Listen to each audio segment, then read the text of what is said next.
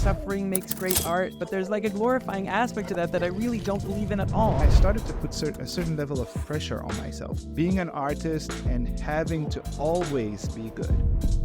Editing is such a fun experience because you get to imagine the movie still and you get to really shape it. I think editors don't get enough credit, to be honest. That's a trap in any kind of creative. You're just trying to do it for the audience because you're running after something you think people want to see.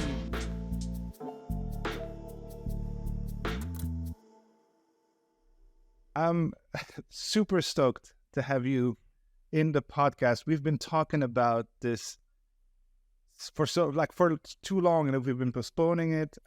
Gaston Stabyszewski, if I'm pronouncing it properly. I'm so happy to have you here. But before we sort of go into our conversations, I was wondering if you could tell a little bit more about yourselves. Like, who are you? What are you doing? Just give us a little bit an overview of who you are. Yeah, sure. So thanks also to you for inviting me, for having me on the podcast. So my name is Gaston. I'm a writer, director, actor, also producer, filmmaker is, I guess, the most general term. I've been writing for TV these last couple of years in Germany, mainly in the kind of comedy and satire world. And then I recently made my first feature film as writer-director, which is called Pasadena. That was released last year.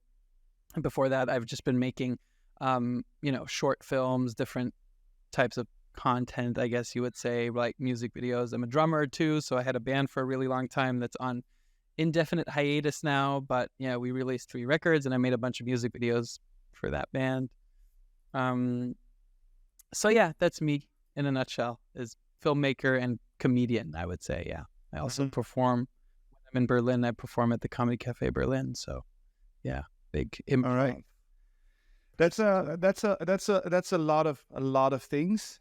I have what I want to talk about with you today is as much I try to get into your head a little bit and figure out how your creative processes work. What is going on in your head when you make things? And the first thing I would like to talk about is the fact that, like, I went to see your last film, Pasadena, and it was such an incredible thing, an incredible surprise for me, because we've known each other, and I knew it was a low budget film that you had put together, and I had no expectations whatsoever. Now, when I came into the movie, watched it, it was clearly one of the best movies I've seen that year, and I wanted to ask you a little bit how that all came about. Like, how did you make that movie with such a low budget? And first of all, like, maybe why you made the movie?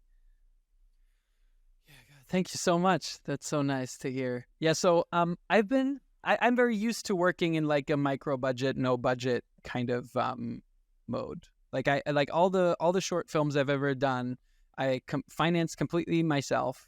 And just made. It was always kind of paycheck to paycheck. So when I would work on a job and then I would take the money to kind of funnel it into a short film. I think part of that is also always, like I applied to some film schools in like my earlier years, but I studied English and philosophy, so I'd never studied film. That meant like I always had to kind of just teach myself and do it myself, and always believed that like the best opportunities for me as a writer and an actor are going to come from me. No one's going to kind of write a lead role for me. I for sure seen many other people do it that way. And so that's what I did for a really long time. And I always knew I wanted the first feature was the big goal. And it sort of was just the only way I really knew how to do it, was to do it myself. And I was sort of waiting for the right moment for that. And then, so when I was 30, my mom passed away, and that, of course was terribly kind of life changing. And out of that came sort of the creative power and like drive to attack the feature film. It was super like quickly after I found out that I kind of knew I had to funnel this like grief into something. Like I just like, was like, oh, this now is the time I got to make it. And so Pasadena was written in very short amount of time. Like I wrote it in a couple of months, and I wrote it while already knowing when we were going to shoot it. So it had like a really fixed deadline. And that sort of just ensured that the film was very immediate, that I couldn't kind of self-criticize too much. You know, I couldn't, be too in my head about it. I had to make choices, and I had to make them, you know, in a timely fashion. And then we cast it, and then we produced it. And like, so it really is like a snapshot of that time and of the grieving process at that time. Yeah. Do you think that that's the artist thing, right? We always say that artists that suffer always are like bringing out better art. Do you feel like and obviously, who am I? Like I have maybe I'm biased because we know each other, we're friends, but I don't think so. I think the quality of the movie, the quality of the storytelling, everything comes true. There's a deep emotional value to it. How much do you feel like your life experiences have influenced the way you made the movie now? Do you think that's overall? I'm not just particularly talking about this movie, but I'm talking about like art in general. Like how do you see people's life event influencing their art? Well, I mean, to the first thing you say, because I thought about this so much, of course, it was something that I've always, I guess, sort of believed, that like suffering makes great art. But there's like a glorificational, whatever, I don't know if that's a word, but there's like a glorifying aspect to that I really don't believe in at all. I don't believe you have to suffer to make art. I think we have these huge, big artists that we all know, right, that are super eccentric and hard to work with, and everyone kind of hates their guts, and it's super hard, and, you know, but out comes this great art, you know, so what is the price of art?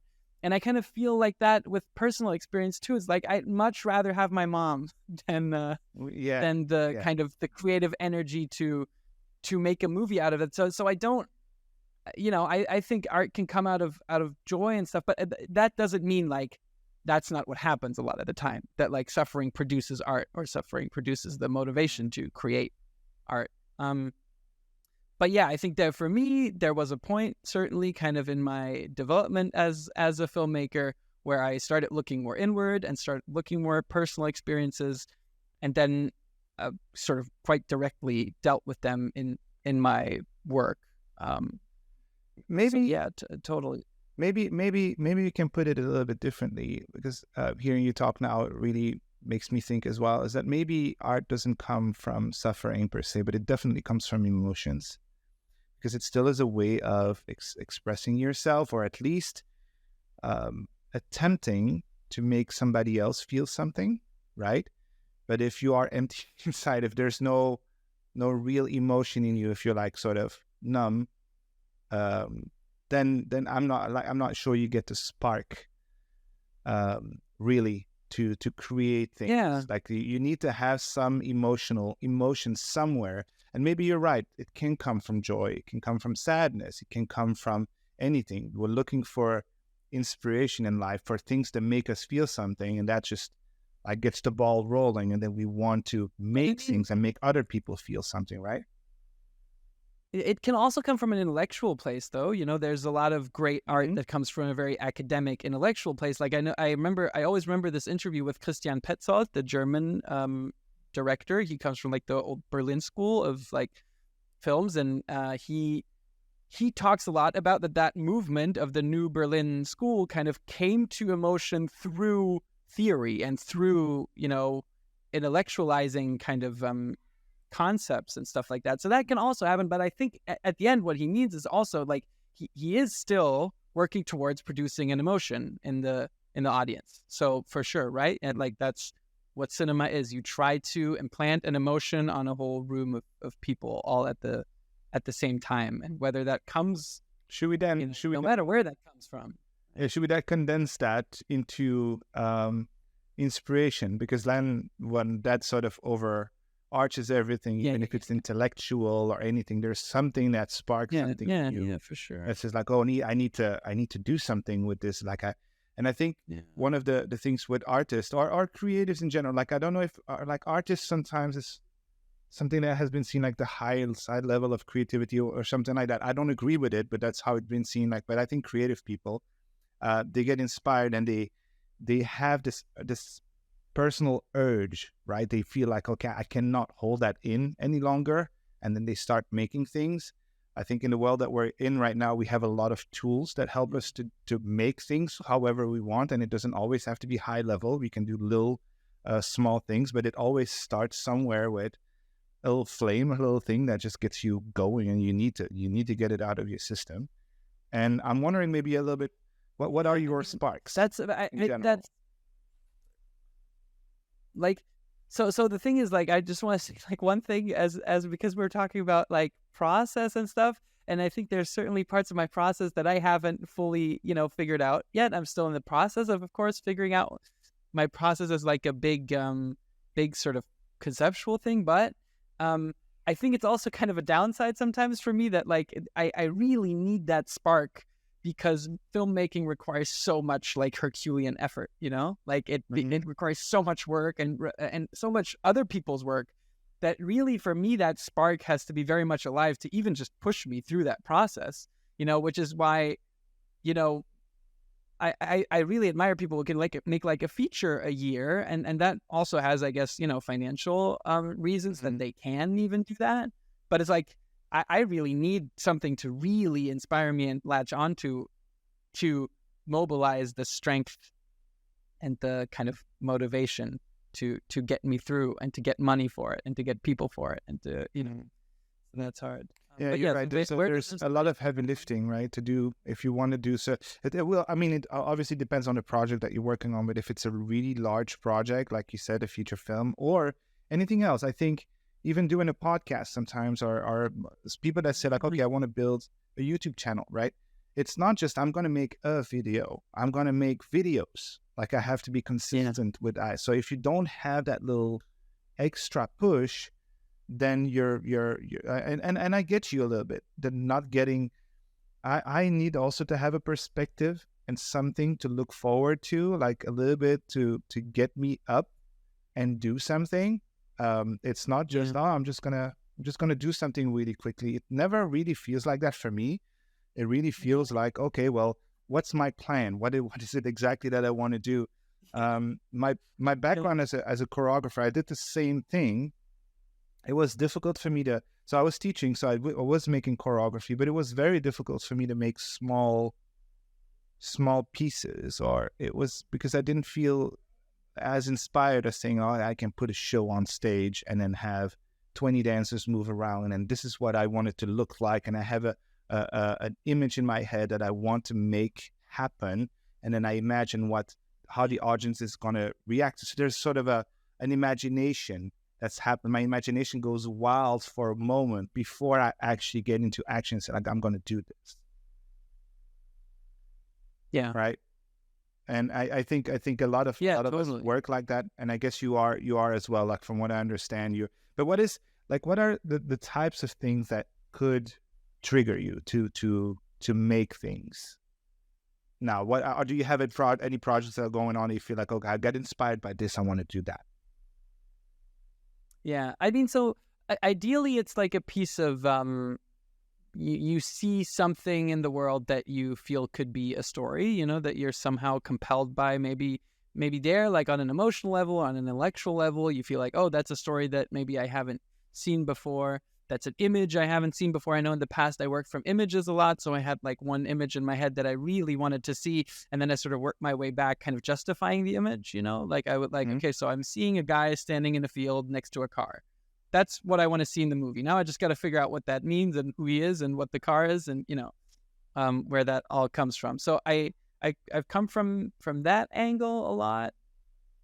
I mean, there's also this thing, like as you were talking also, because we speak so much, oh, you can just make content now. You should make content. There's also this thing of like, there's a lot of pressure to produce stuff, right? Like, there's certainly a lot of pressure on me as a filmmaker. They're like, oh, I should be, making stuff all the time. So sometimes that can kind of clash with having genuine inspiration, because you're constantly looking for stuff. But I guess that's also the mode of content creation, right? I'm like getting thinky now, but it's like, I'm thinking about it as I'm talking, but it's like, I do feel like people who produce a lot of content they're in that mode of constantly like scanning their environments to get something out. So inspiration becomes this it's not like this monumental thing. I have this one idea and then it's going to become a movie in 5 years. It's just like all the time there's little inspirations and you just get stuff out all the time, you know? I do think that it's a muscle. I think it's something you train. I'm going to give you an example. I have so I'm getting married next year, and for our invitations, we are thinking. My fiance and I, we are thinking about making a little intro video, like for the invitations. We're going to send it out in 2 weeks, and so we go on hikes here. Like I live in the Canary Islands, we go on hikes on a regular basis. But then when I'm in that mode of I'm going to film something and I'm going to take some images out of the hike, I experience the hike in a very different way. I'm a little bit weirdly more present, and I'm looking for things. I'm looking at things very differently. And that is something that I've been practicing by vlogging and doing all these things. So I do think that they can be, like you said, the content creation on a regular basis and then the big pieces, they can coexist. They can work together because those small little pieces of content allow me to look at things differently. I look at, like you said, I look at angles. I look at a car with a light and then I see like, oh, that's actually a nice picture, It's obviously a moving picture, but it's a picture in the end. And you're looking for these things and it allows you to create sort of a system for yourself. Like it automatically, organically happens in your head. And I do believe that the making short content, if you're doing it for the views, then I'm not sure how beneficial it is in sort of a creative process. But if you're doing it for the creativity and for making stuff that you like, that you enjoy, then I really believe that it is beneficial because it does two things. One, you're gonna become better at storytelling, better at looking at images and extracting the things that you need to tell your story. You get better at that. But then and also then you're telling better story, and then when you put it online, then people start watching it because it automatically just grows. Like it gets better, it gets more interesting. So it does work. I think it's just the trap is to fall into this idea of, oh, I need to do something that's really trendy right now and it's work. Like then you're losing your creativity. Yeah, for sure. For sure. But I mean, that's a trap in any kind of creative field, right? Like it's you're just trying to do it for the audience because you're running after something you think people want to see. Whereas if you're running after something that you really want to see and that you really want to make, that's more authentic and genuine. But I think as we're talking, like I'm realizing that the hardest thing in life is kind of questioning our own truths and even finding out that we have them, right? Like what is that? Like what is it that I really truly believe? Like those things are sometimes so habitual, so like unconscious that you don't even know that that's what's driving you. And I feel like for me as a filmmaker, I always had this like glorified image of the person who makes a film every like couple of years, and that's the piece of art, and that's how the inspiration, like it gets funneled, like we were talking about. And I think I'm only now kind of rethinking that, which as you say, those two things can coexist, right? And you can practice that muscle of just expressing yourself in different, shorter, and you get less precious about stuff. I mean, this is like the big, that's like, also a thing, isn't it? So precious, so precious, being precious and being scared of doing something wrong or overdoing it. Like we all fall into that. Like even look, I've been making content for I don't know how long. I'm doing it for clients. I'm doing it for other people. Even I get into that thing where I should be making much more and I should be doing things, but then I'm not sure if it's good enough. Like I have this, like everything that I say to other people, I say like, don't worry about it. Just put things out. It will work out by itself. I still struggle with myself, like it's really like, oh, is this good enough? Is this like what I want? Is it like I have a vision in my head? If it's not exactly, I had that when as a choreographer as well. I have a vision in my head, and if it's not that way on stage, I get frustrated, I get angry at myself. I get like a bit moody.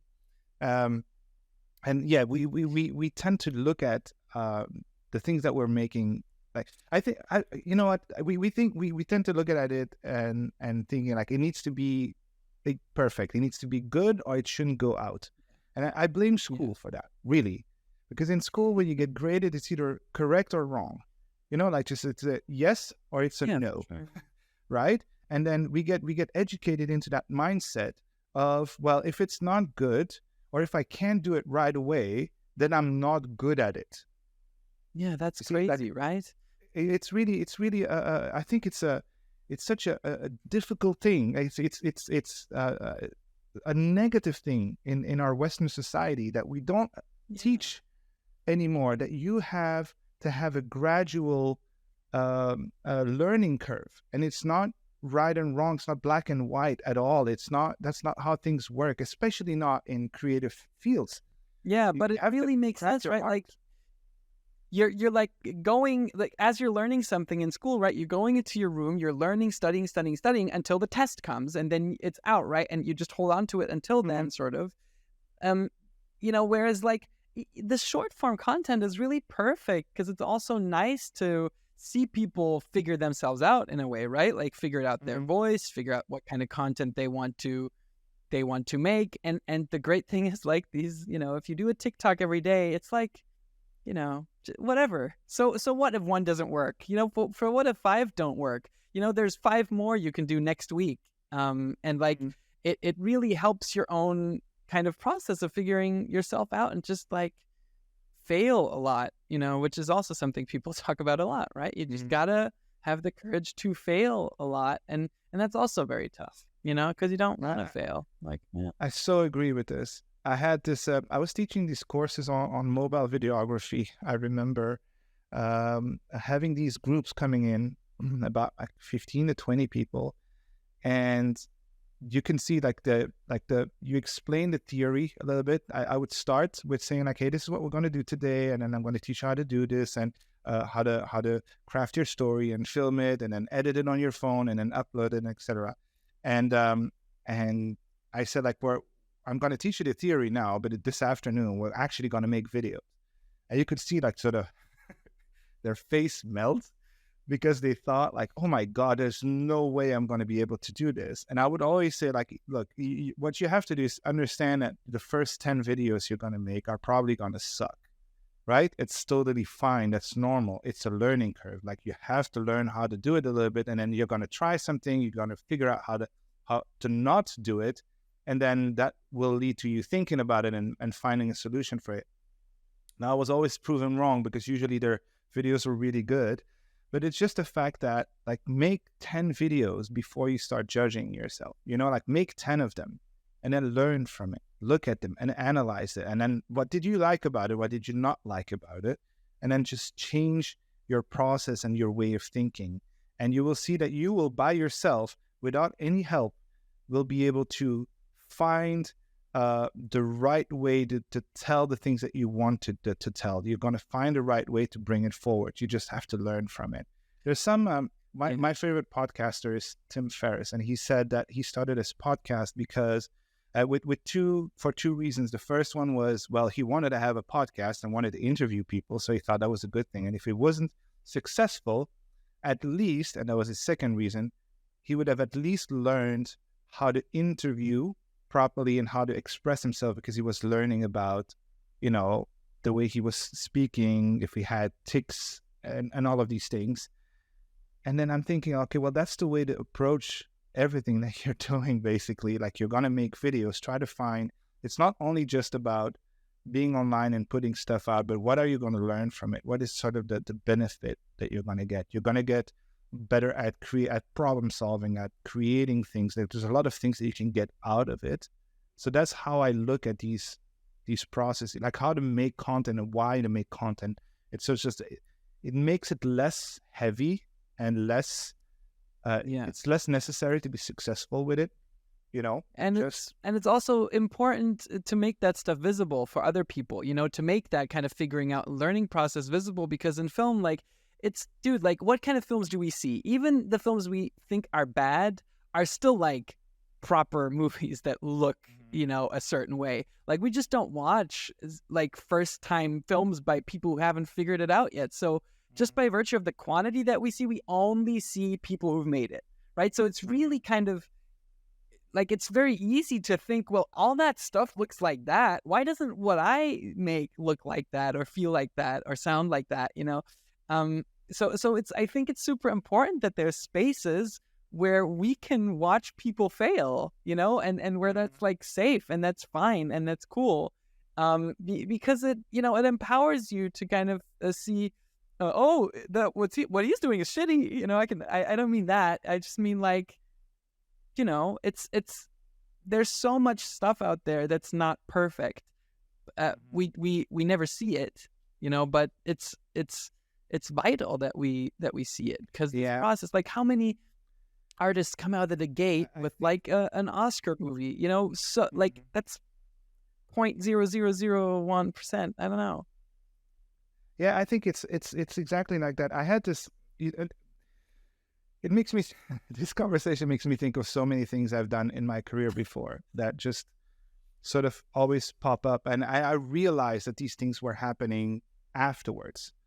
It's like like I said, I was a choreographer. I was working for TV. I was working for the show So You Think You Can Dance, and I was making choreography. And then for me at that time, it felt like I had reached it, right? Like I said, I'm at the top of my art. Everybody knows me. I was on TV for a few months per year, and then I started to put a certain level of pressure on myself, like where I felt like every time I would give a workshop or make a choreography or something like that, since people knew me, I felt like every piece of content or everything or every class, everything needed to be at the highest possible level, right? And that led me to burning out and quit dancing, because I felt this self-imposed, I think probably self-imposed pressure constantly of being an artist that's recognized and having to always be good. And I don't think you can evolve as an artist if you don't have your downside. If your moments there needs to be moments where you suck, and you try to figure out who you are, and you're using your old stuff again, and you're trying to change it, and then you're looking for inspiration somewhere. And that's how I think you evolve as an artist. And we live in a society where everybody's afraid to show bad stuff or to fail. And I mean, I would say, like, if too, anybody hears this, like, it's really important to, like you said, just like you're not going to make an Oscar movie every single time. Even if you had one, the next one's not going to be one for sure. You're going to have to make one or two duds, and then and learn from them, and figure out how to do something. That's how I think it actually works in the real world. That's, I think, how this things are being done. I do have questions for you, though. I do have, like, we were talking about your movie, and we were talking about making it and putting it together with a very low budget. Is there, if anybody would be as crazy as you are to want to make a movie like that, do you have any tips, any things that you said, like, oh, we did it this way, I would have done it differently? Or do you have sort of I would say, like, what was the process of making it? Like, I know you said you put it together while you were doing it, basically. But the question is, like, how did it all happen? Can you give us a little bit of a timeline? Yeah, sure. Yeah, maybe I'll come up with a tip as we go along. I'm pretty sure it will be in there. Like, there's probably a few gems. My tip is, like, it's hard. So we made Pasadena on a budget of roughly $15,000, and $5,000 of those dollars eventually came from an investor who is the father of our composer. So he gave us a little bit of money that was super, super vital just to kind of, get the film made. But $15,000 is, like, honestly, it's like less than nothing for a movie. And my producer Anya always says, like, she wouldn't do it like that again. And, like, I think I'm with her just up until the point where, like, I just gotta. It's always kind of a because I just have to keep making stuff that I keep making them like this. But it's definitely a challenge. So, okay, wait, but I'll give you the timeline quickly. So, I started writing it, and I'm hoping I can piece it together still. I think I started writing If you don't have the dates, it's fine. It's just a rough overview. So it's like, started writing it in September of 2019, and pretty much immediately bought tickets to LA to fly to LA and do it there. Like, I knew I wanted to shoot it in the States. So that's my first tip. If you're based in Germany or whatever, like, do it in your own country. I think that's much easier. Like, Germany would have been cheaper to produce. I would have known the infrastructure better. But this was just something that felt right to me because LA had always been a very important place for me. And like, for personal reasons and just like filmmaking reasons, the people I'd met there and the comedy I'd done there, it just kind of compelled me to go there. So we knew we were going to go to LA in January of 2020, and then start pre-production there. Like, so I had kind of like those couple months from September to December to write. And then I knew I would take it to LA. We would still be doing rewrites and while we were prepping the shoot, and then shoot it roughly over like 10, 14 days.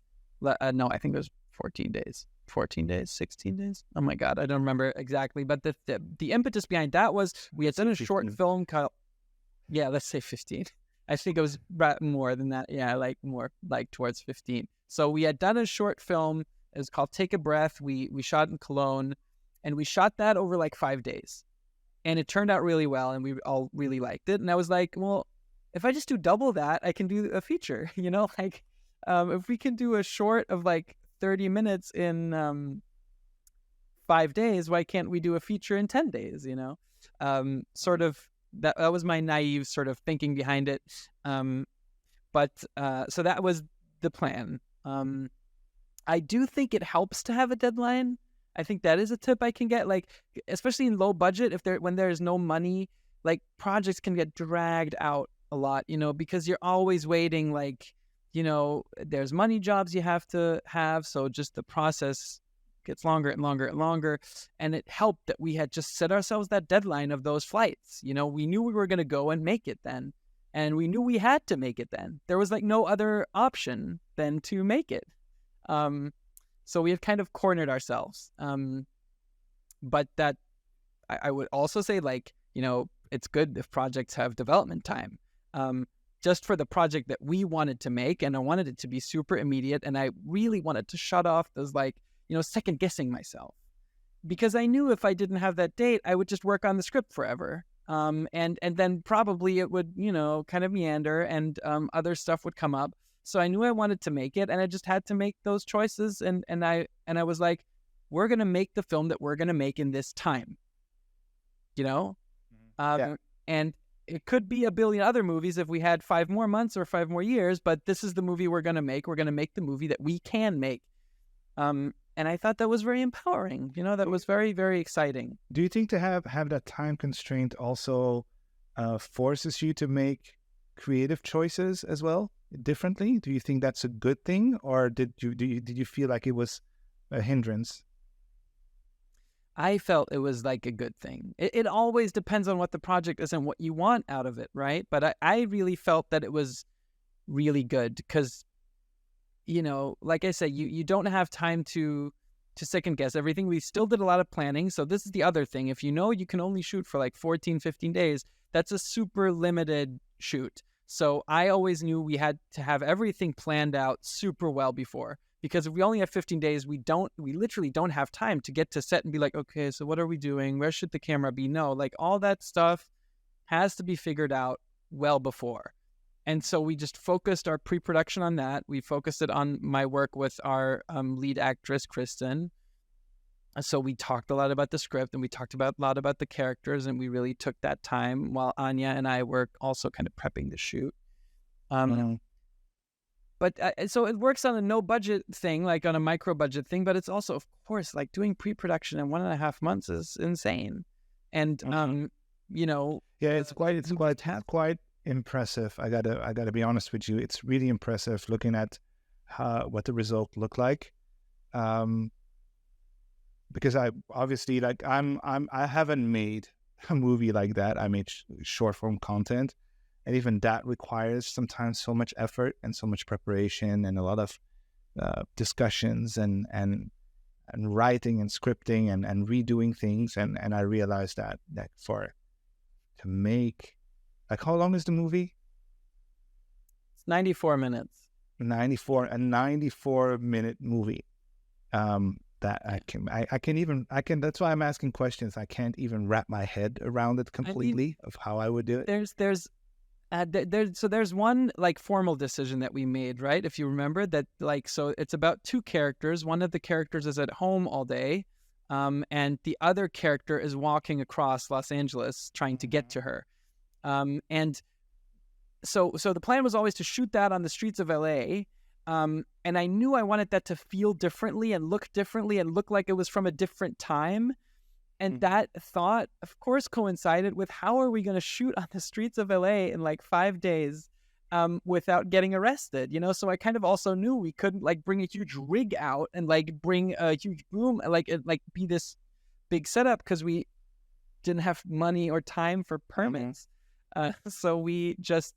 We came up with this idea to film it on an old DV camera, which kind of, for me, felt exactly right because the grain of it, you know, the roughness of that, the erraticness of the handheld, you know, so we never used a tripod for that footage, very much by design, sort of. And, you know, so that fit to me emotionally what the characters were going through, and it sort of reflected the limitations that we had, right? So if you're asking like how did that limitation spark creativity, that's totally kind of, we made a very out there decision, you know, of how to shoot that. And, you know, then it's up to every viewer to sort of decide, oh, did that kind of emotionally resonate, or did I connect with that decision? But I felt it was super exciting. It felt exciting because it was like, that's something I have not seen before. I used to make beats when I was younger, and not so young after that. But I used to make beats, and I remember that I loved working with samples of other songs, and then like cutting them up and stuff, and then I sort of limit myself to use these samples and try to make new melodies out of them, and that is different than having a keyboard in front of me and trying to compose music. You see how that's different? It's a very different exercise. And the fact is that you are limited in the amount of notes and things that you can use to make it sound good. And I loved that part. That was the most, that's how I feel like that limitation made me feel like I could fix something, you know, make something work in my own way. And I think the sound that came out of it was much better than if I had composed anything. It's just not the same. Yeah. So I really do believe that right? limitations sometimes can really help. I mean, we see that, just to bring up like a very kind of like maybe obvious example. I don't know, maybe not that obvious, but the show Arrested Development, I don't know if you ever watched that show, but the first 3 seasons that they did were on a network, and then they did these Netflix seasons. And in the first 3 seasons, they had 21 minutes per episode, roughly, right? And it, like, that show is so jam-packed with jokes. It's super quick, right? And that sort of made it very unique. And then when they did these Netflix shows that were like almost like 30 minutes long each episode, 35 minutes, like that limitation was gone, but so was the kind of unique feeling and pacing and tone of that show, you know? And so, yeah, I think limitations are like a hugely beneficial thing because it makes you have creatively, right? Any parts in the movie that you've shot that you haven't included that you felt was necessary for the storyline, and can you maybe tell without revealing the plot or giving away the movie? Is there anything in there that you feel like, okay, I had to make an artistic or story decision and to kill my babies somewhere in there? Do you have anything? I don't know that I really had to kill a baby because I think every decision we made, I think is now totally like, I agree with that decision 100%. And I see, so, but this is interesting, I think, because due to the time constraints that we have, not everything in the script was fully developed. Like there were parts of it, like images or scenes that I had that I really liked and that I felt needed to be in there. But as I was sort of cutting the movie, like I edited it like over the course of a year after we shot it, and I sort of realized that like those scenes, I could sort of see what I wanted with them, but I saw that, what I wanted wasn't fully there yet. It didn't fully connect with the character. And most of those scenes are on my end, like I play this character named Andrew. He walks through LA and he also runs into people. And there was some like a theme of human connection there and like, or his like lack thereof and how socially awkward he was that I felt was really important, but didn't really connect in the full movie. So there's this scene where he talks to like these two charity workers, and that scene just didn't really add anything to the movie, but so we were very lucky that we did have kind of the skeleton so that the film worked without those scenes. But that was definitely like, by virtue of just the writing of it. There was just some stuff that we cut, and it was very good that we cut it. Tell me about the editing process. How did that come along? How did you organize that? Who was editing? And just tell me a little bit about the process of editing this movie. Yeah, so it was all me. It was all me on my there you go. On my low budget, right? On Premiere. Also something that I would love to change down the road. Like I would love to have like work with an editor, because I think it's so important to get like a different voice in, because when you shot that footage and you've acted in it, like you wrote it, like I did, right? You're just way in too deep, like it's so hard to see the forest for the trees, which is also though why in my process, I like to show people cuts pretty early. I have friends who are very cautious about showing rough work, because they feel like if they show it before it's ready, people are going to like give them notes that they're like, no, I know, I was going to change that. Like they don't want to see an unfinished product when they send it to someone. I'm kind of different. I really like showing someone something rough. I reach a point pretty quickly where I'm like, oh, okay, I'm sort of exhausted by this. I don't really know, it feels sort of roughly right, or maybe it doesn't, but I would just rather show it to someone and then get their opinion. And I think that's why having an outside editor is really important. But so the way I worked is I edited the movie pretty much chronologically. And I was very lucky that year because I had earned enough money to sustain me for a couple months. So I was able to edit the movie. How long did you for a couple months? Yeah. How long did it take for you to edit the entire thing?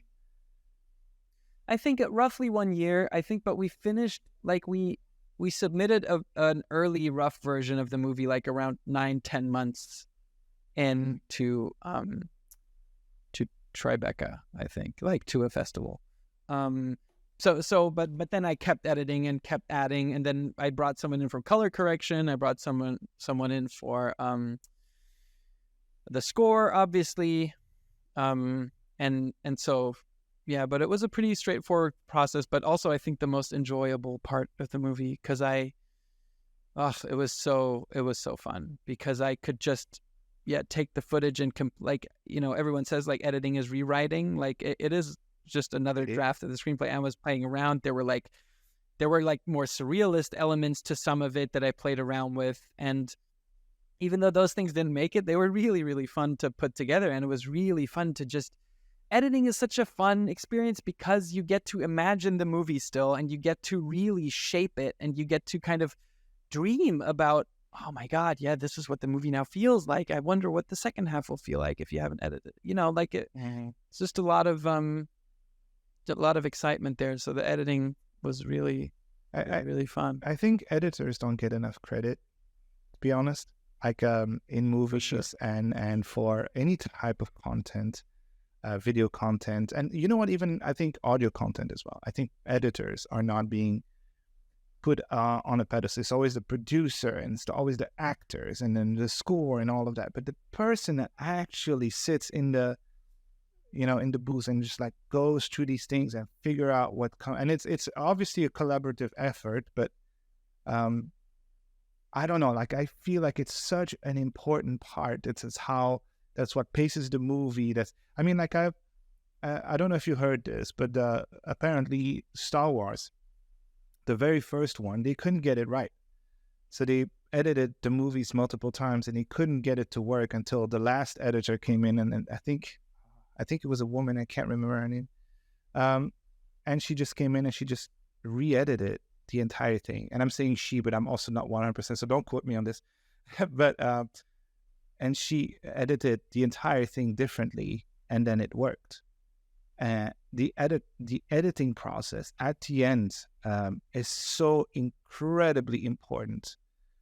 It's a real skill that you have to practice. It's also based into, I think, emotions as well. Like, you have to have a certain feeling about what you're editing at the same time. It's like you're saying, like you said it right, you're rewriting the movie a little bit, because the cadence of things and adding or subtracting something out of a film, it makes or breaks it. It really does. Like, if you add too much information, it doesn't work. If you subtract information that it was crucial, it doesn't work. If the music is not coming in the right time, if you like, there's so much. If you have it's all right these angle,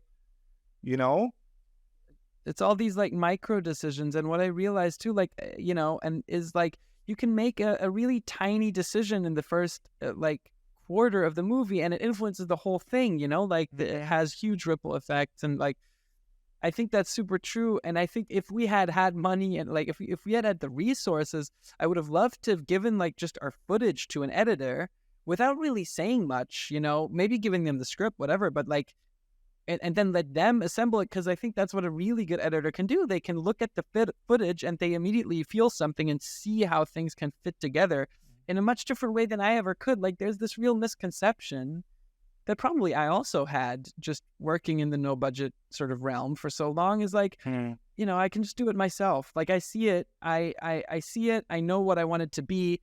I kind of want to work with the footage myself. I can just do it myself. But I think there's a huge missed opportunity there to collaborate and get another person's sort of feeling in there. It's always better to collaborate. Like, I agree. I think collaboration is everything.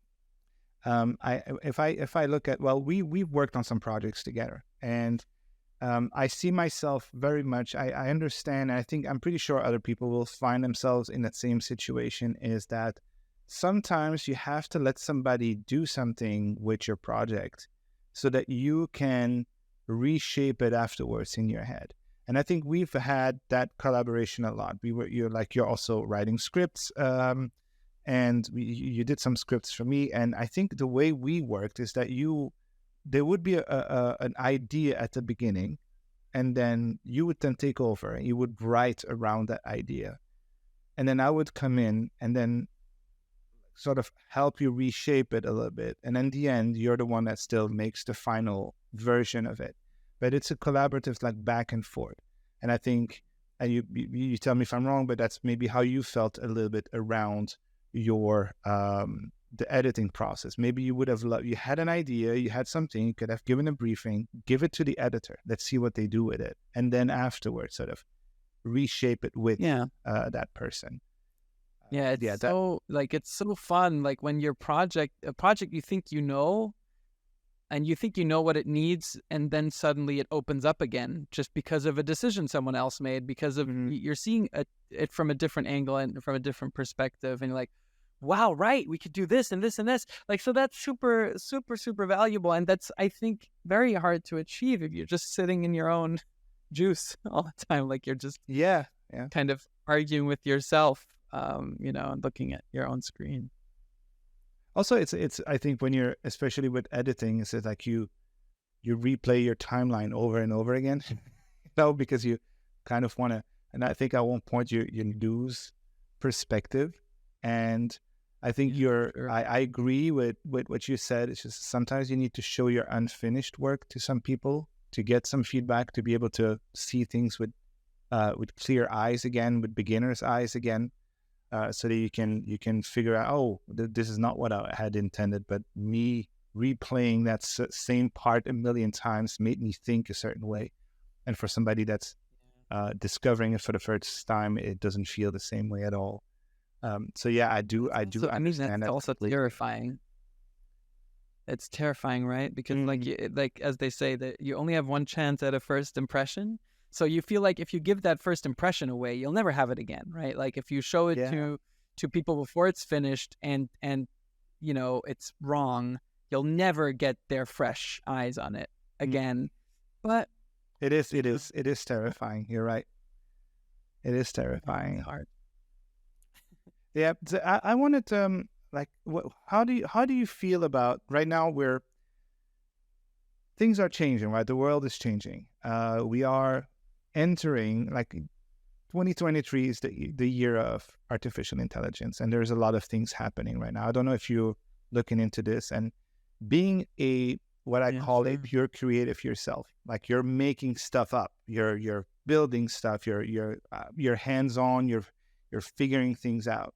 How do you feel about having software capable of editing for you, writing for you, etc.? How do you feel threatened, or do you feel like that's like, do you feel like this is something that could be used for positive things? Like, how do you feel about it? Because I feel like a lot of creatives are scared to death for their jobs, and for how this could impact the future.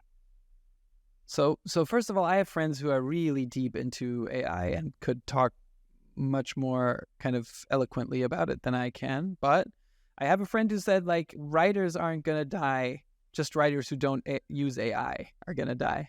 And I think that rang true to me. And like, so I've been working with AI a bit, and I'm not so scared, to be honest. Like, but maybe I'm also underestimating like its power, or But I used it to like cut stuff down. Like, so we had longer documents that I used it to cut stuff down. I used it to get some ideas and stuff.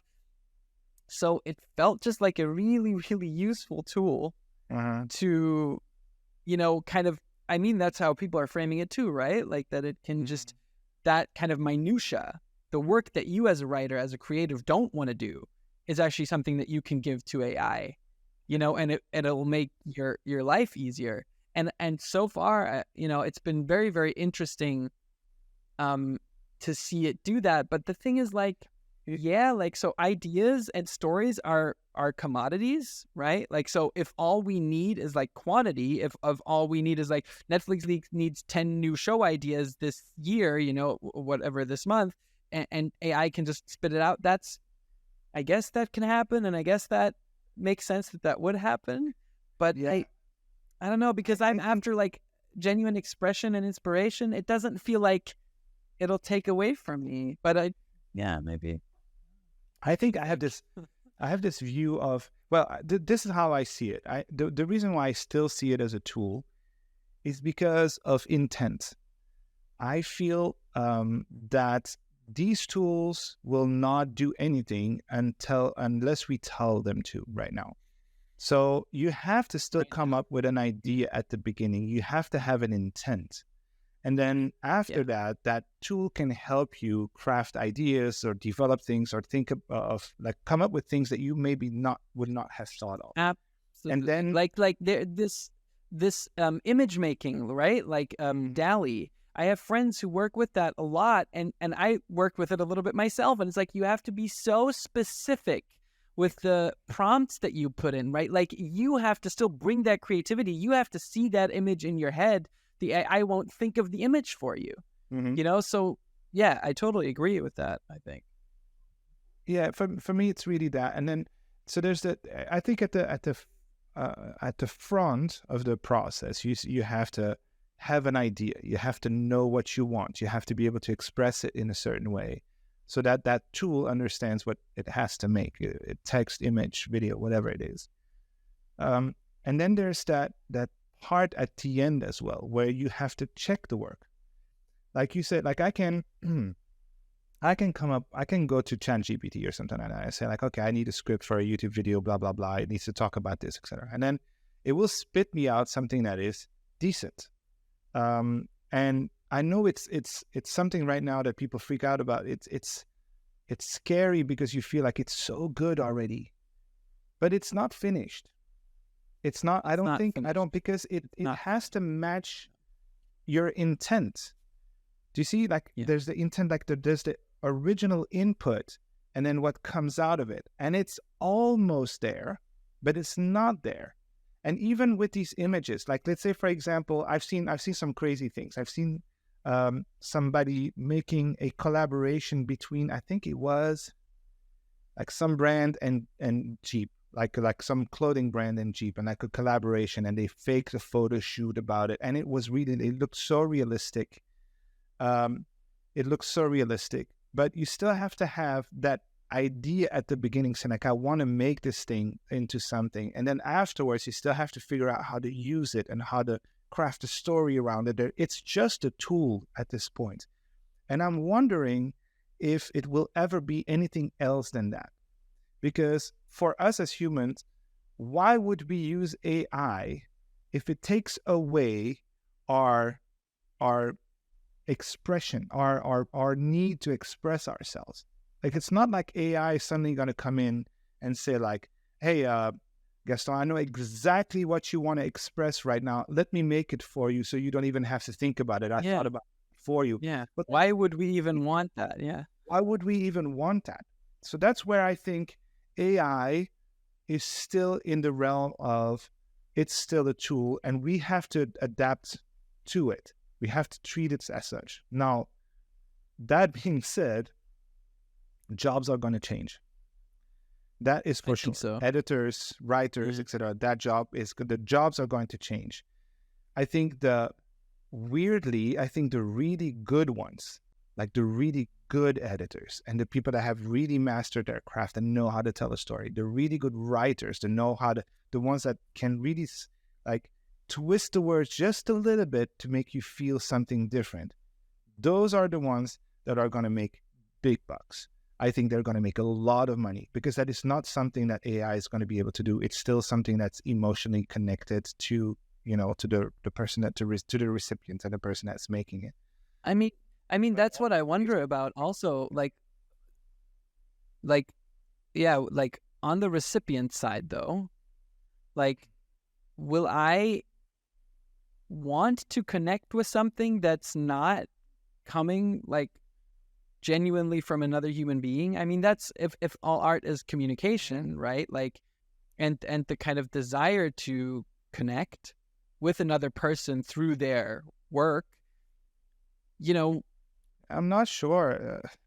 I don't think it matters to people. I can see now already. Look, it's very simple.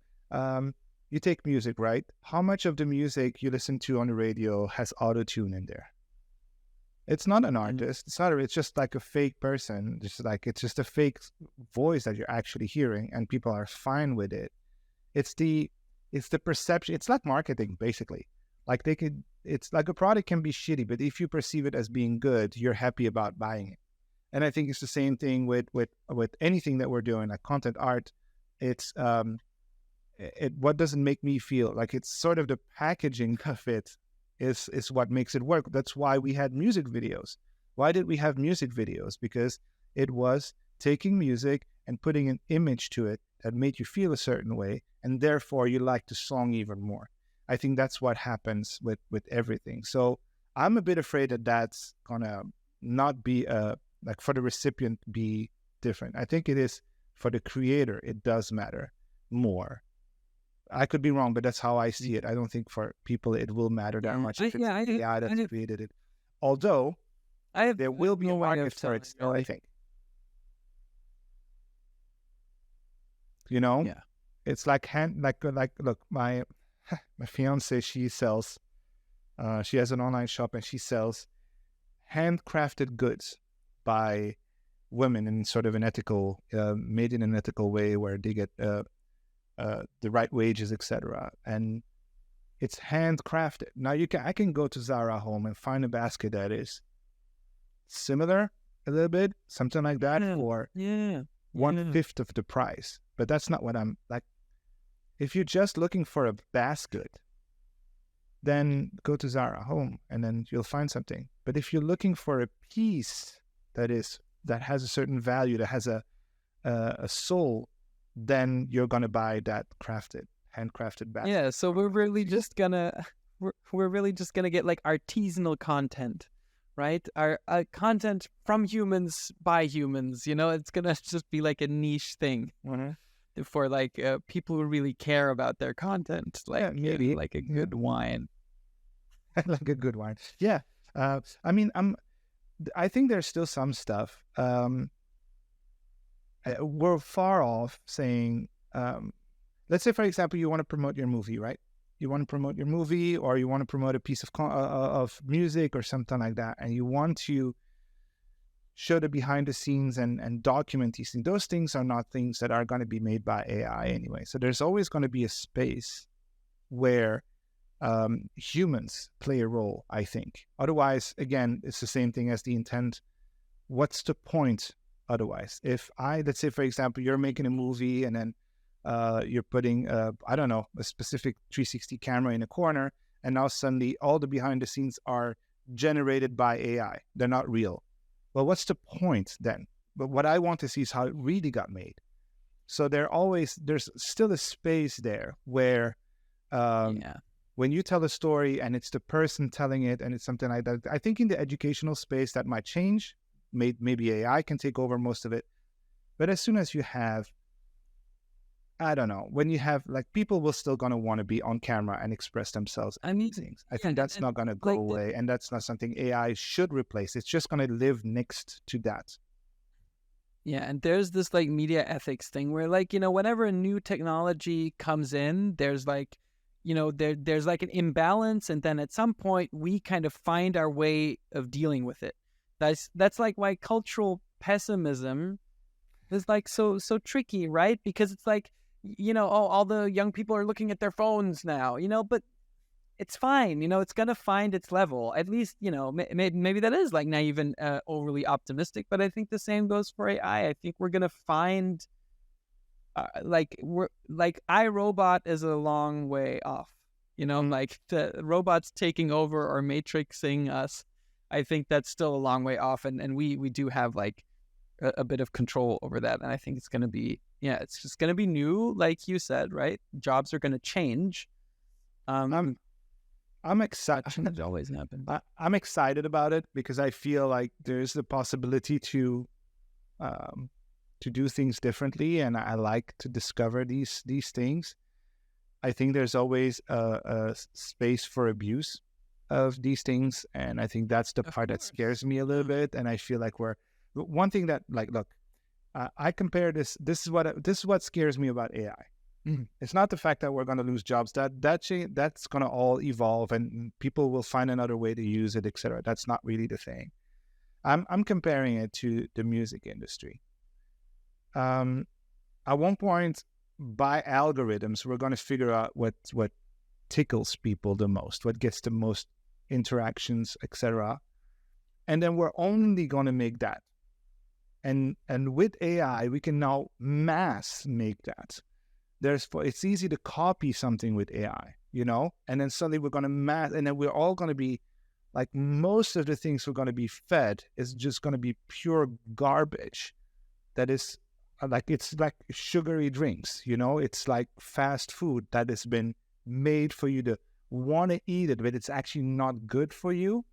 And I'm afraid that a lot of things will be like that, mass produced, and actually not being good for us. It doesn't, like, it loses its soul and its value. That's what scares me the most with AI. Yeah, I think that's a possibility for sure. That's a possibility. But see, it seems very dystopian, but I think it is a possibility. And I mean, that's happening already, kind of, right? How much? Yeah, it's happening, but it's at a smaller scale. And I'm afraid that the scale might just like now suddenly become, look, I've listened to some of these AI songs being made. I can see the the music industry, like like rubbing their hands and like, we're gonna make so much money because we're not gonna have any artists to pay anymore. It's just gonna be a computer and a computer generated image of somebody singing, and nobody's gonna know the difference. And we're gonna make a whole bunch of money, and we're gonna always make the same kind of songs with a little bit different, so we can milk it out and then put it on all the radio stations and loop it. And that's the part where I'm like, oh God, no, please no, because we're already there without AI. I'm afraid we might get too far off with AI. But that's enough of the pessimistic view of the world, post-apocalyptic, because that's not how we. I want to go around in this podcast. So you are, and like I genuinely wonder how your brain functions when it comes to processing an idea. And the reason why I'm asking, like, I'm trying to get into that is that I realize that some people think very differently, or their brain processes ideas very differently. And sometimes that always has been a thing that I've done as a choreographer when I saw somebody else's work. I was never really sort of amazed by the result in and on itself. It's not that I was like saying, oh, what a beautiful piece of art. It was more like, oh, God damn, how did they make that? How did he get that idea? I need to figure out how he did this. And that's why this podcast exists, is because I want to talk to people like you and figure out, okay, how do these ideas gestate? Like, do you have a process, or how is your natural process working when you have a spark? What happens? Well, so there's so many ways I could talk about that. I'm thinking about, like, so the number one thing that might not have all to do with your question, but I want to talk about it anyway, like just in a kind of a general sense, is like, for me, anxiety is a huge part of the creative process. So when I think about, like, how does an idea come to me and how do I develop it, there's never a straight line there. Like, never. Like, just because everything is pulling at you at the same time in life anyway. And there's a lot of, like, like, as you're even talking about it, right? Like, you see other people and you see the kind of ideas they have, the kind of work they produce, and you're like, why can't I have those ideas? How do I have those ideas? And I think, like, in general, ideas are something like, that's so individual. And I think but me too, like, as a writer, I fall into that trap all the time where I see all this beautiful work around me that I admire so much.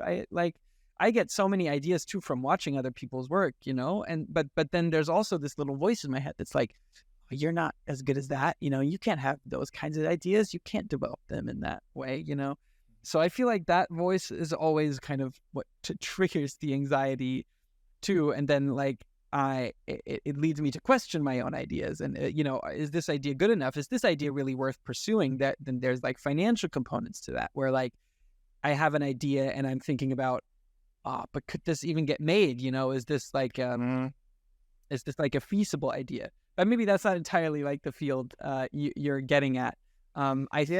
Maybe I expressed myself a little bit in the wrong way. Maybe, like, but it's not particularly about having the idea, but it's also about how to develop an idea.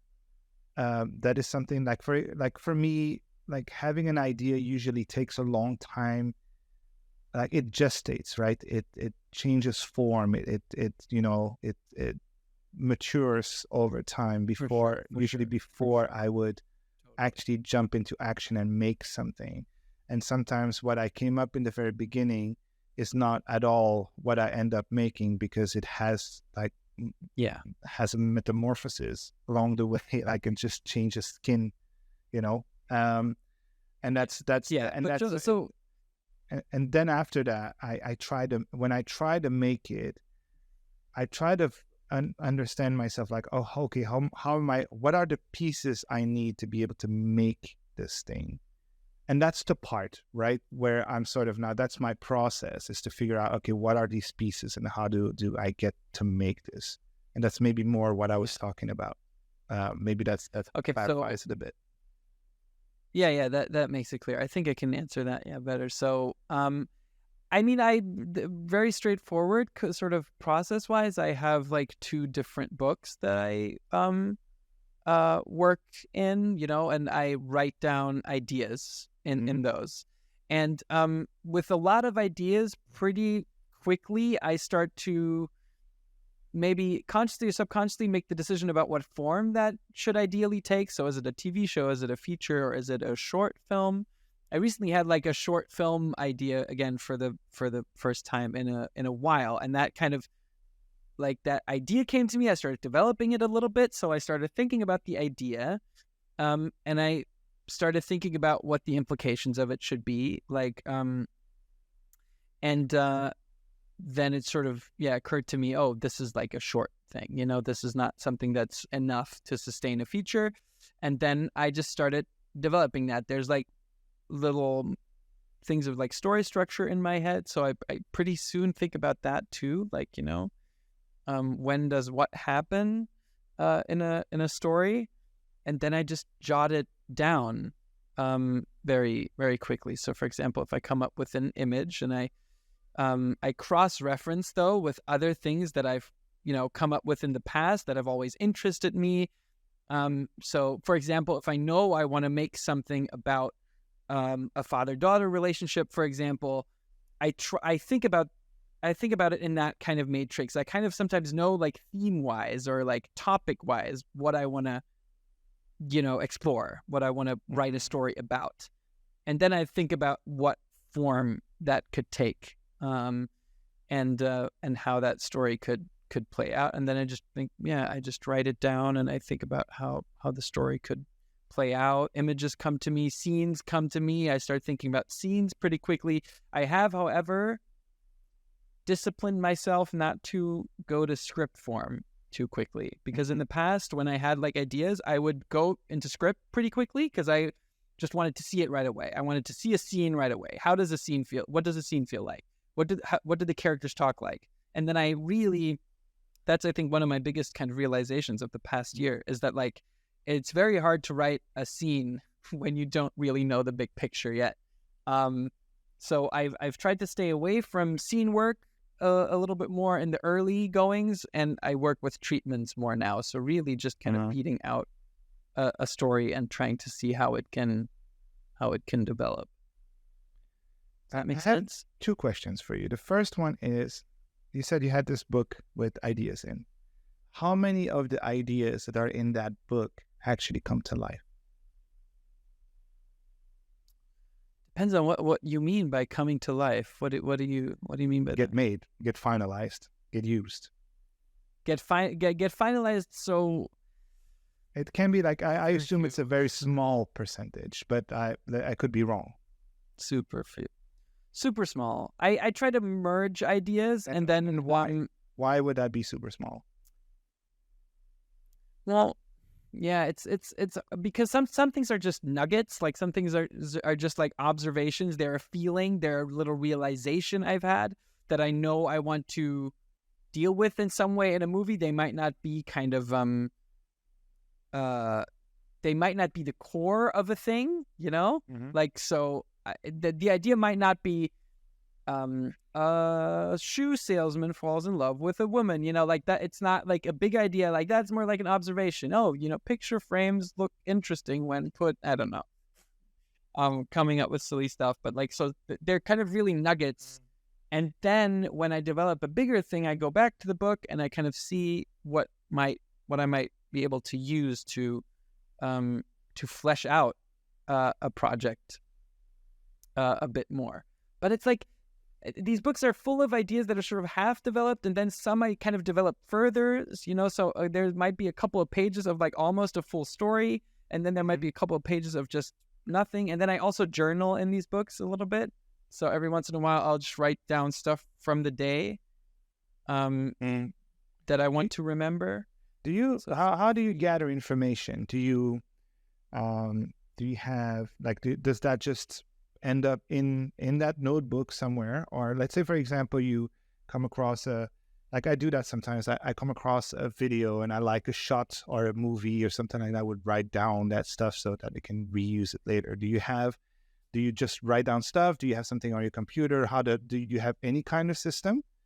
And then and then there's sort of a follow-up question to that immediately. Is it like, okay, once you have that information and you want to use it, how do you form these things? You were talking about like having the idea in the beginning and then like doing something with it afterwards. Do you draw? Do you write? What is your preferred method to sort of develop things? Do you take I always and write. try something? You always write. I always write. I always write. Yeah, but writing has become sort of my main mode. Yeah. Because the other thing is, like, I think I have certain kind of little illnesses with, like, my no budget kind of experience, which is, like, I don't really kind of jot stuff down too early because I kind of feel like I want to write first. I don't go to the visual place as much anymore now. I think back in the day when I would kind of develop stuff, it would always be kind of, it's a no-brainer. If I'm writing something, I know I'm going to shoot it. So I'm going to start thinking about shots super like early. I'm going to pretty much develop and I already have shots in my head. Now that's not so much like it anymore. I really just write because I know like if I get too into it with the shots, that's, doesn't feel as productive to me because like who knows if I'm going to direct it? Who knows who's going to make it and stuff. So I don't, those things are probably in my head. Like I do see images and I do see shots, but I don't really write that like or draw that and make it very explicit that way. So it's mostly writing, and my structure, which is very effective, is just many different documents just scattered over my desktop and just very very random notes in my books. I don't really have a structure of like ideas here. Like I have a scripts folder and I have an ideas folder, and the ideas folder is full of brainstorm documents, and the script folder is full of like just the beginnings of scripts that I've written over the years.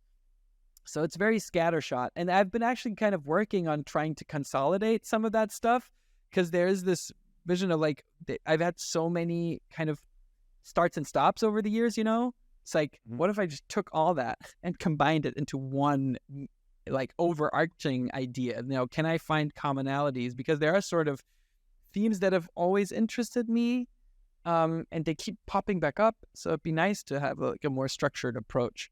But so far I don't have it. No, not very structured. Not very structured. You're more on like you work on impulse, I guess. Then exactly. Like, totally on impulse. Totally. Like I walk around, I get something, I have to write it down.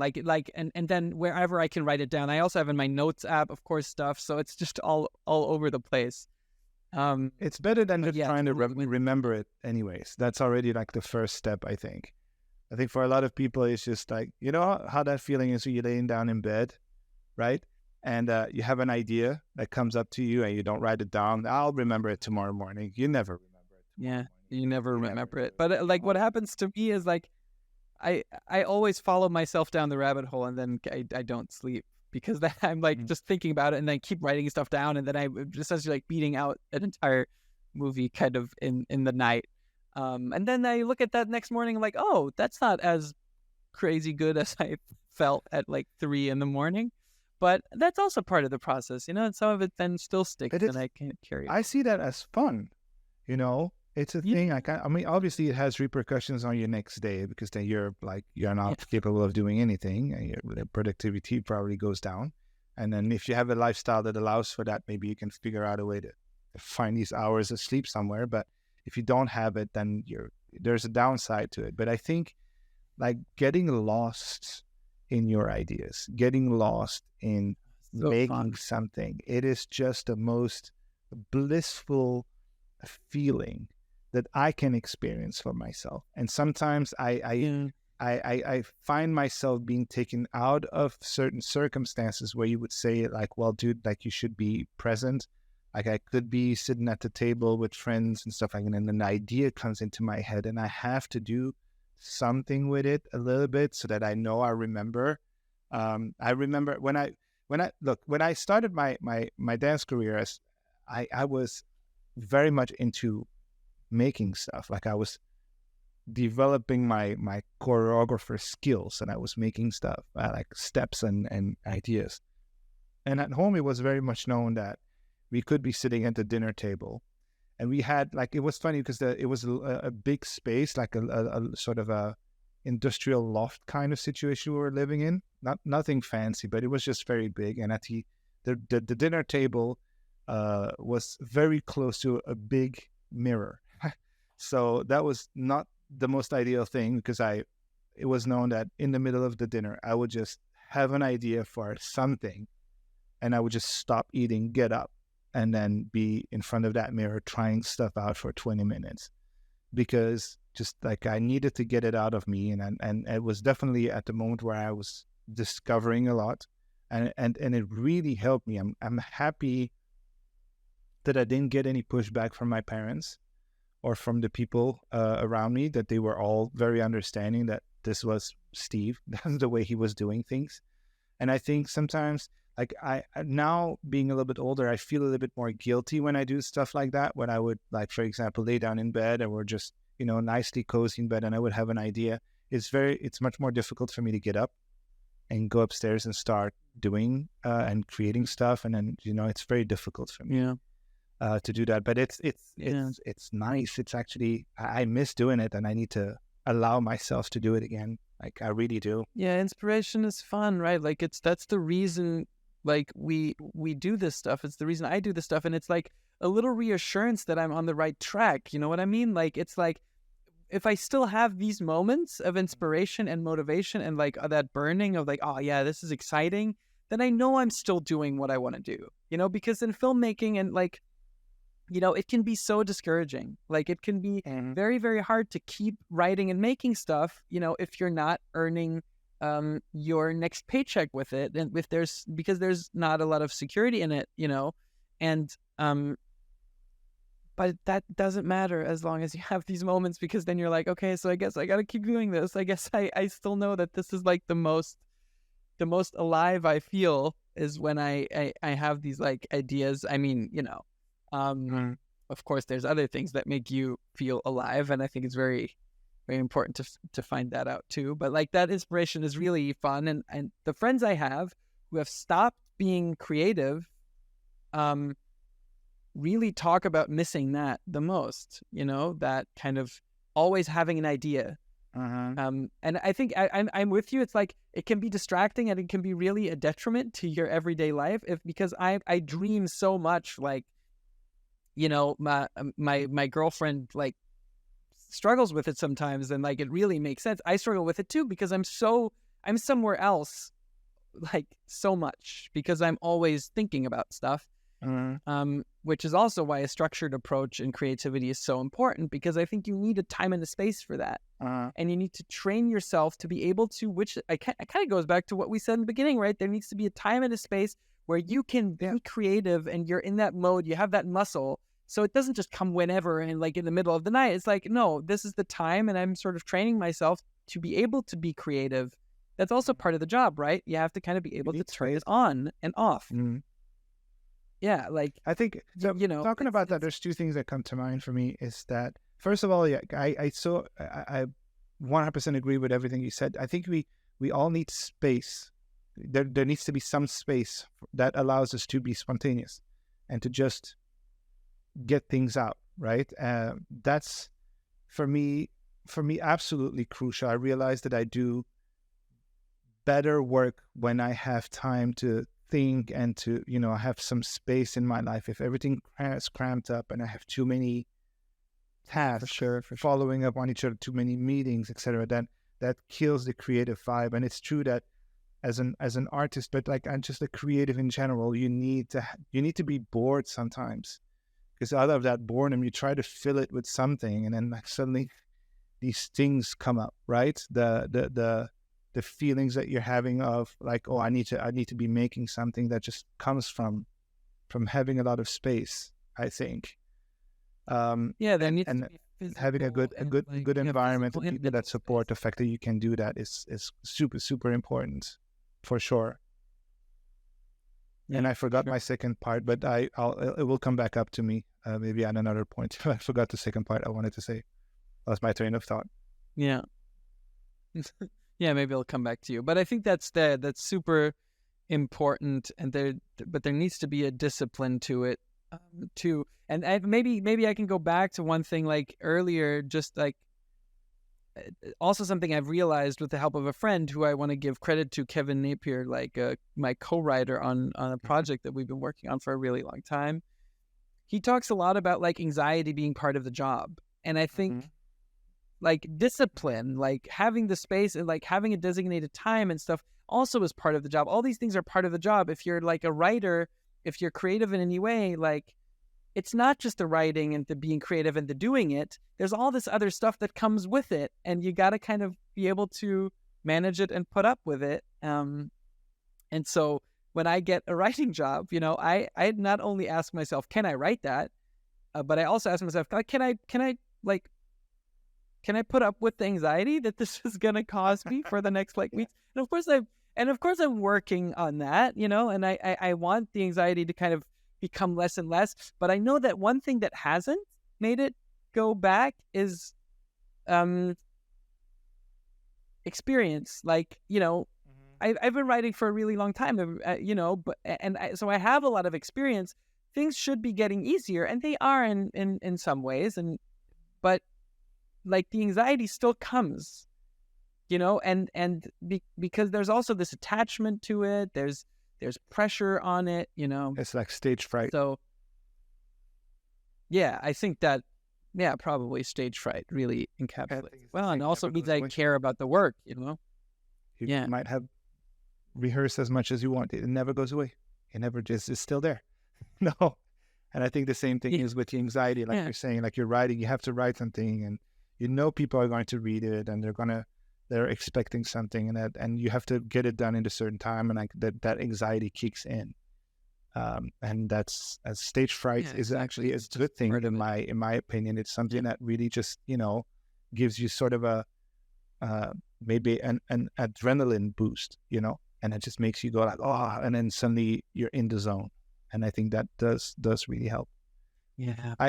I remember what I wanted to say, because you kind of touched it again, is by having certain time constraints and like, okay, I have to make something in that time frame, is that I'm not sure a lot of people know, but you can actually condition yourself with a lot of things. For me, conditioning means music usually. I will listen to a certain type of music because I'm very receptive, like very sensitive to it, and I will choose my playlist around it and pump me up. I used to do that with competition teams before. I feel like I have a lot of anecdotes from my dance career in this podcast, but it's something like I really needed. I was a coach. I was training people for high-level competition, dance competition, and the thing that I would do is I would watch. It's funny. I would watch Rocky movies the day before to get me into that sort of battle zone mindset, and then pump myself up, and then listen to music, etc., so that my energy level was like very high, so that I can pass that on to the dancers before they would go on stage. I would like hype myself up a bit, and I think it's basically the same thing as if you want to. I have a more recent example. I was in Berlin for a shoot recently, and I had just moved away from Berlin. I'm living here at this island now where the sun shines most of the time, and I really didn't feel like going back to a gray city in the middle of the winter. But I made the conscious decision to say like, okay, no, you're going to enjoy the shoot because you like doing this. You like actually being on set. You like building stuff. You like creating things. And then I decided, okay, well, I wrote down how I was going to condition myself in the morning by, you know, getting up at a certain time, doing some stretching and meditation, having a healthy breakfast, and then on the way to the studio, listen to a certain type of music, etc. So just to get myself hyped up. And I think everybody can do that. I really believe that everybody's capable of finding their own little things that would trigger themselves. Now the question would be like, do you have any? Yeah. What are your triggers? I mean, it's interesting, right? When we talk about that, like we pretty much established that I don't have a very structured approach to my work. And I think the same goes for that, sadly. And that's also something I'm working on very much, like to have a clear work structure, right? To have these times set aside and to also have these, I guess, rituals, right? That you're talking about that really get you going, because I'm still in a space where like it can come at any time. Like I'm saying these things and I'm sort of like not practicing what I'm preaching, because for me it's still very much all over the place. And then I'll have like a flow thing where I'm just writing for hours. So I haven't really gotten to that space yet where I can, do that in a very designated time. That's still very, very rough for me. I don't have like things that inspire me that I can just kind of turn on and then be like, okay, so now I'm inspired. So no, I actually don't have that. But when I sit down, sometimes I will kind of watch a little thing that I love, or I will watch like, sometimes even like an episode of a TV show that I really like, or something that's inspiring me at that time. Sometimes I'll watch that. I had a really long phase where I would watch a movie every morning, and that would really inspire me for the day, and stuff like that. And then, I mean, I can also think of like when I used to do shows in Berlin that, I had little things where I would put myself in the moment and look at what was around me, that kind of thing. But yeah, in general, I don't really. I think sometimes it can also just be, I think you have to get to know yourself a little bit. And sometimes for folks, it's just saying, okay, well, I need outside of my creative push, my creative moments, my work moments, I need to have blank space. And that's enough for me to recharge my batteries. And then after that, I can focus again. I can be creative again. I think that it really depends. For me, it was, like I said, music, things like that. But I think some other people might have complete different. It's the same thing as people being creative in the morning versus being creative. Yeah, for sure. Super individual. At night. It's all very personal. So I think it's pretty much the same thing. It's very different for everyone. No, it's not the same thing for everyone. I think it's different. Yeah, for sure. And I would definitely say that, like, with all honesty, that I'm still in the process of figuring that out for myself. Like, when do I work best? Because it really feels like a toss-up right now. Like sometimes I'm better in the mornings, sometimes I'm better in the afternoons. Whenever inspiration sort of strikes is when I'll work best. So yeah, still pending.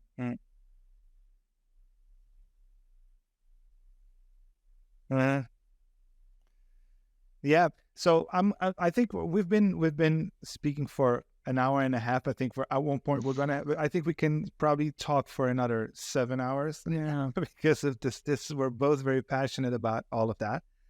I think if there was a world in which like creativity would be put in the right spot, that would be the right have the right value, what would that world look like to you? Like, how would you where do you think we are right now in terms of that? You mean in terms of like how we view creativity as a society? As a society. Yes. I think it would be great if creativity became a bigger part of any job. Like, because I mean, I guess there's a lot of talk in in a business context about creative problem solving and all those things. But I do think there's still this kind of intrinsic separation between a creative job and a non-creative job. And I think that sort of doesn't make sense, right? Like, because you can be creative in any job and like, do you have to be like an artist to have that feeling of inspiration and like, that kind of fun excitement, that giddy restlessness? I don't think so, right? Like, wouldn't it be great if we could all look for that in our everyday lives, in our jobs, and then find it and have that sort of be our guide?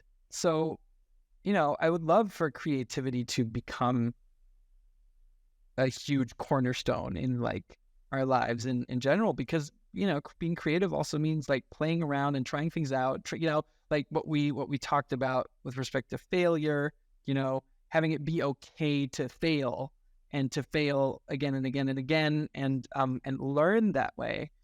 I think if we can just kind of destigmatize failure and destigmatize like things that aren't quite there yet, things that are rougher, in any sort of field, I think that would be really, really great, because it would open things up and it would make us all freer to just do whatever we want to do without that fear of failing. And I think that'd be great. Yeah.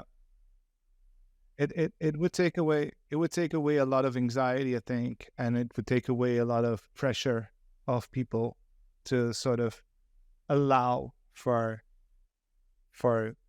things to, well, like you said, fail, but also because so much like develop from the stuff can grow out of that into something else, and that is creativity. Often grows out of it's partially problem solving, right? It is problem solving, in my opinion. Even if you're doing it on a more artistic level, it's still finding out something like, okay, how do I express the things that I'm feeling, or how do I make somebody else feel a certain way, right? It's kind of a little bit that thing as well. And sort of even at that level, it's problem solving. And you're right. I think maybe it needs to be seen as a crucial element in the way we live our lives in general, to have that natural curve, learning curve everywhere, and allowing people to be for sure. I think that would be really, really great. And of course, I'm speaking also like egotistically, right? Selfishly, sort of about myself, because I think if it was more okay to fail, as you say, right, I would have less anxiety. Those are all kind of fears of failure and of looking bad in the eyes of your peers.